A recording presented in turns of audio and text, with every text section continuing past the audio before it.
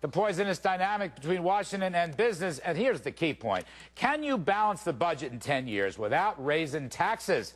Let's bring in, we have former Clinton Deputy Treasury Secretary, my friend Roger Altman, who has a great piece in today's New York Times. He is the founder and chairman of Evercore Partners. And we have Georgia Republican Congressman Tom Price. He is the chair of the Republican Study Committee. Roger Altman, do you believe that in the next 10 years, we can balance the budget without raising taxes? That's our starter. We're going to come back on the other side of the break. But that's my tease to you, Roger. What do you think? Larry, I think the answer is no. If you go major category by major category through the spending side, for example, defense, and calculate the amount of reduction that would be necessary to get to actual balance, I believe you conclude objectively that those cuts aren't, cuts of that magnitude are not possible. There's no question you can do a lot on the spending side, and God knows we should. And that should be our first focus. But I don't believe you can do 100% of it on the spending side, no. All right, Tom Price, you're the head of the Republican Study Committee, and you've got a balanced budget plan without taxes. Now, let me just start this. You heard Roger Altman, who knows a thing or two about the budget. Erskine Bowles, who's former Clinton chief of staff, had said in the paper today 75% spending cuts, but 25% tax increases to get to a balanced budget, which many believe would help restore confidence. Tom Price, what's your reaction? Well, I can't think of anything that would restore more confidence than doing it without a tax increase. In fact, that's what we've put on the table this year, as we did last year. You can do it by going to pre-bailout and pre-stimulus levels immediately. Then you can decrease spending by 1%, a penny on the dollar, in the non-defense discretionary portion of the appropriations process, 1% a year over the next 10 years, and grow Medicare and Medicaid at the same rates that were grown in contract with America. That'll get you to a balanced budget within a 9-year period of time. We ought to do it. It's what the American people are demanding, and that's, I believe, what will result in the kind of election this November. Well, both of you stay. Please stay right where we are. When we come back, I want Roger to tell us why we should have a senior business executive in the White House and more on your new plan to balance the budget without taxes. All right, a brave new balanced budget without tax hikes and the need for a senior business executive in the White House.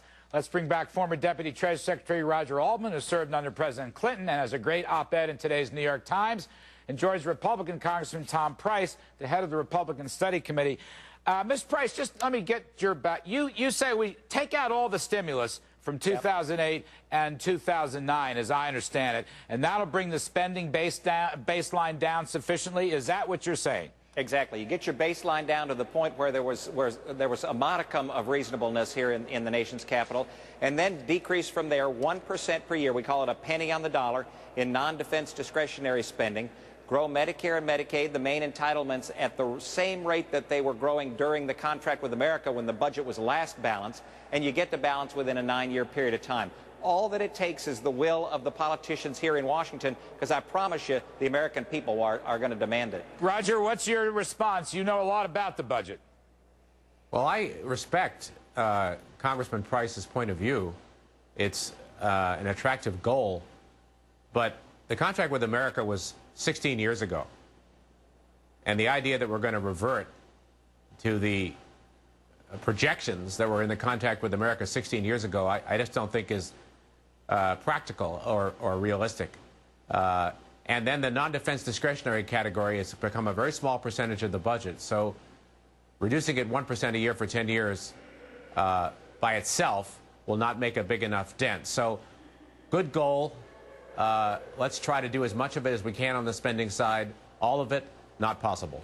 Tom Price, what do you do in this budget with taxes? Do you extend the Bush tax cuts? Do you go for full-fledged tax reform? Do you go for any sort of business corporate tax cuts or, enhanced investment write-offs as all the CEOs who are kind of arguing with the White House want? Where do all those pieces play in? Within the piece of legislation that we're talking about, everything remains just as is right now. Now, we do support significant decreases in taxes because we believe that's one of the major ways to be able to stimulate the economy and assist growing out of the challenges that we have right now.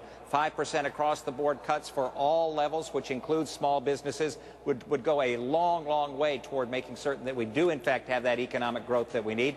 and then suspending capital gains taxes for a period of 2 years. That would also increase and incentivize the marketplace. We need to trust the American people and trust the wonders of the American economy that have made us the greatest nation in the history of the world, as opposed to trust the continuing growth of the federal government, which we just heard earlier, the SEC adding 800 employees. Those aren't the kind of jobs that are going to create that vibrancy across this country. Roger Altman, feel free to comment on that, but I just want to ask you, in your op-ed piece today in the Times, you say we need a senior business executive in one of the top economic positions in the White House.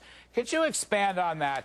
Has that been one of the big failures in the Obama White House? And is that one of the reasons for the poisonous back and forth, as you describe it, between business and the White House? Well, let me step back for just 1 minute, Larry. The main point that I made today in that piece was that there's too much friction right now between the business community on the one hand and the administration on the other. It doesn't serve either of them. It's harmful to confidence and therefore harmful to growth and jobs. And each side should make some adjustments to lower that friction. One of the adjustments that would be helpful, it's not a be-all and end-all, would be if a true business person held one of the 4 or 5 major economic policy positions in the administration. Now, there are a lot of other ways you can reduce the friction. Maybe you don't have to do that. I just think that would be a helpful step.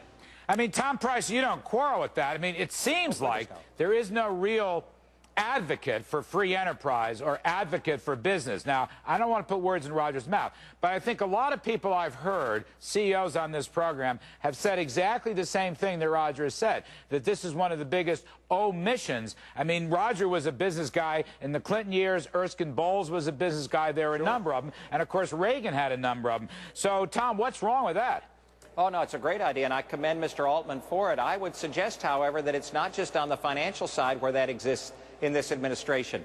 At every single turn, you see individuals that have never created a job in the private sector at all, and they're the ones that are making the rules for the real job creators across this country. So I commend Mr. Altman for that recommendation and would strongly urge, in fact, we've called on the White House to put people with real-life experience into positions of decision-making within the White House. Roger, with these large programs, some people call them redistribution programs, the stimulus package, the health care package, the heavy on regulations, financial package that we just passed. Has President Obama missed the boat? Has he missed the boat in terms of creating jobs and a better recovery? Has he missed the boat in terms of defending free enterprise? Is that one of the reasons why the Democrats appear headed for a big loss in the midterm elections? No, I don't think so, Larry. But let me differentiate between the substance, meaning their actual record, and the politics. On the substance, I think a lot of people are ignoring the quality of the record, and I said that again in this morning's piece. When you look at what conditions the president inherited in January of 2009, the economy teetering on the edge of an actual depression, the financial system not functioning, and then look how quickly we've come back from that, especially, of course, on the financial side, but even now, albeit at a slow pace, the economy is creating jobs. I think that's pretty remarkable. Now, the politics are a different story. The American people are obviously in a sour mood. A majority of Americans think the country's on the wrong track and so forth.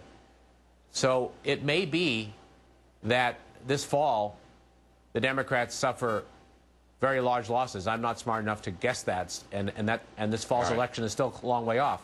But I think the actual record has not at all impeded investment and recovery. Quite the opposite. I think it's facilitated it. All right, we're going to have to leave it there, flat out of time, gentlemen. Thank you for joining us. Roger Altman, I appreciate it. Tom Price, as always.